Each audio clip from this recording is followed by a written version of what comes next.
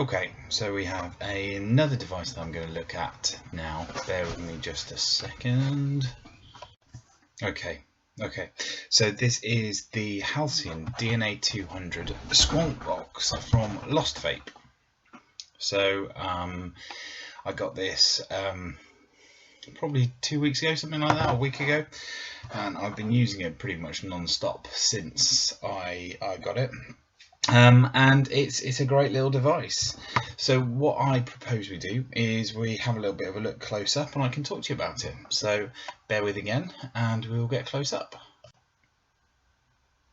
Okay, so here is the box that your Halcyon DNA 200 from Lost Vape is going to come in. It's a fairly standard sort of clamshell plastic box. Mine had a crack in it when it came, but no big deal. It comes with a fairly exhaustive user manual, bit of branding there, made in China, etc, etc. It comes with one of these, so one of these flat wire charging cables, which is really good, which I've been particularly enjoying using. And other than that, there's nothing else. That is literally it. So that's what the box has to offer. Nothing really over and above this, which is really all the information that you actually need. It's obviously it's a 200 watt device. Here it is in all its glory. So you've got your DNA 200 screen, which we know and love. We've got a nice clicky button. We've got all of our normal DNA 200 functions which you could get out of that. To be honest, I won't go into that because I don't use a huge amount of the functions anyway. But if we go around it from top to bottom, side to side, so you've got a nice faceplate there. I have noticed that it's getting a bit scratched around here where I put the charging cable in. It has a nice carbon fibre shell. It's all made out of aluminium. Nice clean on that side, and then you have the side with your squonk window in. Nothing on the bottom, so no venting there obviously, but obviously it can vent out of there.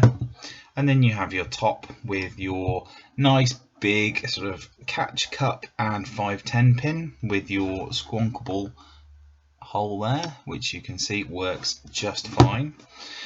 This slides off, which is quite nice. I like it. It's nice attention to detail. You've got Lost Vape, Evolved DNA 200 there, and you've got a little slot there for a ball bearing which locates the door and snaps it into place. What you've got inside is you've got an 8mm squonk bottle, which is nice and soft. I've been enjoying that. It's working quite nicely. And then you have a 3S lipo pack here. So it's 900 milliamp hours, which if you multiply that by 3, that gives you what you would normally get out of a standard 18650, so 2700 milliamp hours. So this is a 3S lipo pack, so it's in series. Other than that, there's not a lot else to talk about. You've got a nipple up the top there, which you locate your juice bottle into. Let's try and focus that up. Yeah, that you locate your juice bottle in. You've got a user serviceable lipo pack, so you can take this out. There is a lip and sort of a cover there, but you can see, if you can just look in there, it's not fully enclosed, which is a little bit of a shame. I think that would be nice to see it fully enclosed so that you can actually, you're not going to risk leaking juice all over the place. But hey, that's a small gripe. You have your small ball bearing there, which locates into this piece here. And really, that's all there is to say about it. It's a nice size. I thought something that I would like to do is just show you a size comparison in terms of other devices that I have. I was concerned when I first got this that this was going to be too big. I thought, no, it looks like it's a large device, and it really isn't. It works absolutely fine. It's a nice size. It's very handy. to take about with you. If you look at it alongside the Sigelei 150, which is normally one of my benchmark sort of devices of choice, if I'm looking for a big mod, that is the Sigelei. You can see that it is considerably smaller than the Sigelei, and it's, you know, it's obviously provides 200 watts worth of lovely DNA 200 power. So that's the size comparison alongside that. If you wanted to compare it to, again, Old Faithful, the Tugboat mech, again, you can see that it's no comparison really. It is much smaller. It's very handy. Obviously, when you've got a smaller device, you run the risk of having a smaller battery life, and indeed that is the case. 900 milliamp hours with this is not a lot. It's not enough for me to get through the day, basically. But look, let's talk about that face to face. So bear with me a second again. So yeah, there is the device. In terms of sort of pros and cons, in terms of the device itself, pros, it's got that lovely DNA 200 board in there. You've got that wonderfully customizable eScribe software if you're so inclined to play around with it using the included data cable. You've got a very solid, sturdy build. You know, there is no rattling with this at all. There's nothing loose. It works really, really nicely, and it's got a really nice flat signal. The vape is beautiful, very consistent. In terms of some of the cons for this device are only really, I suppose, the battery life. Now, I know that if you're going to have a device which has, you know, a squonk bottle inside, you've got, you know, your squonker, you've got a you've got your DNA 200 chip in there as well, you're not going to be able to get something with ridiculous battery life if you're not going to compromise on size. So, you know, if it was the same size as the, you know, the Sigelei, then I would expect much better battery life out of it. But the reality is that, you know, when you're vaping with it, and if you've got it out and about with you, then I would potentially bring a backup mod. But actually, when you've got it in the office maybe, or you've got it at home and you can plug it back in, that's no big deal. It would be nice to be able to have the removable battery and be able to put an 18650 in it maybe, but obviously you don't have that luxury with the DNA 200 chip. You would have to have at least, you're going to have at least two 18650s to get it up even close to 200 watts. I mean, you'd be talking what, 133 watts out of two 18650s, so you wouldn't get that sort of power. So it's a compromise.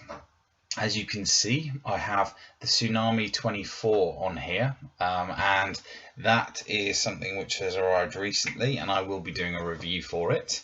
But that vapes absolutely fantastically, and let's just have a go.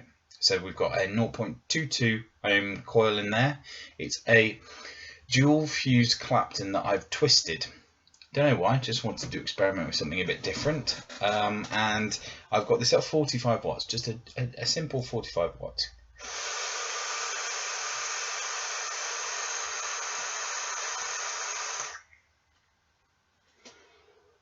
Really nice flavorful vape.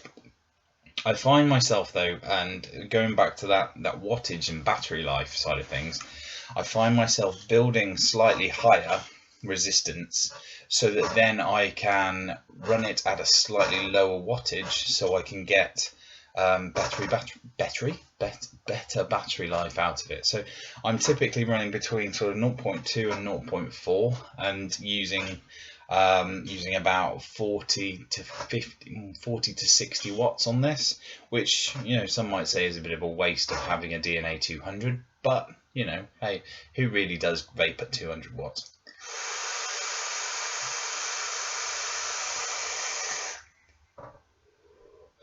It's nice and comfortable in the hand. It is a bit of a fingerprint magnet on that side, but the rest of it's not a big deal. I've not had any leaking issues from the bottle or from the squonk pin. The RDAs that I've been using have been a different matter, but that's not the mod's fault, that's the RDA or mine.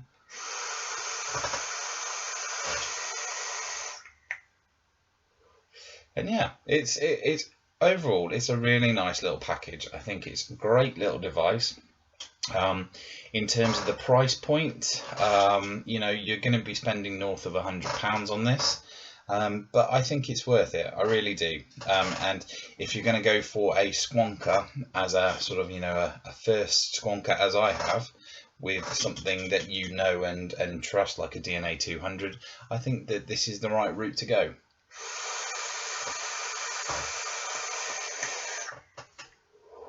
I find myself tend to I vape normally left-handed, so it is a little bit more of a movement to come and squonk from there, but I tend to just switch hands and use my thumb and then boom, squonked, and then we're juiced and we're ready to go.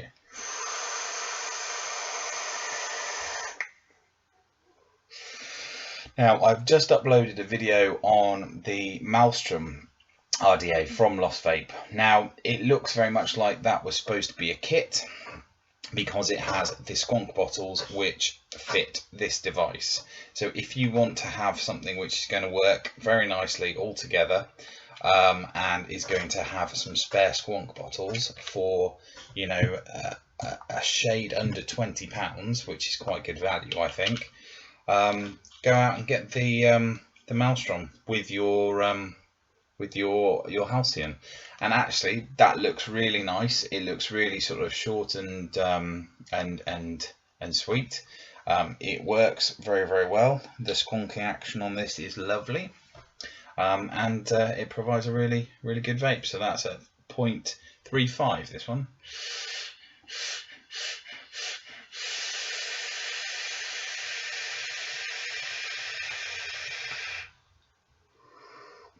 Better vape on the Tsunami, I'll be honest, but as a package, if you wanted to buy this for what, £130, I think, something in that sort of ballpark region, to get a bottom fed RDA, which looks really nice on here, and the box, 3 extra squonk bottles, or 3 squonk bottles if you include the one that comes with it, then I think you're probably onto a winner.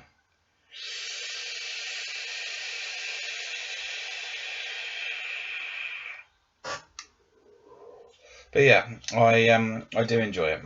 I think it's a really nice device, and I think I will be doing some more squonking moving forwards. I think probably the next acquisition will be I suspect probably an unregulated squonker. So if I could get a single 18650 squonker, that would be really nice. Or maybe I imagine something like an RX75 squonker, or a DNA 75, sorry, DNA 75 squonker would actually be really nice to use. But yeah, that's it. That's all I have for today. I think I will be back on the normal schedule of vlogs, I believe next week. Talk about some new juice, what else I've been vaping, some other bits and pieces. I'll also be doing a review of the Tsunami Rda, the Tsunami 24 from Geek Vape. But yeah, thank you very much indeed for your time, and I hope you've enjoyed it. Thanks for stopping by.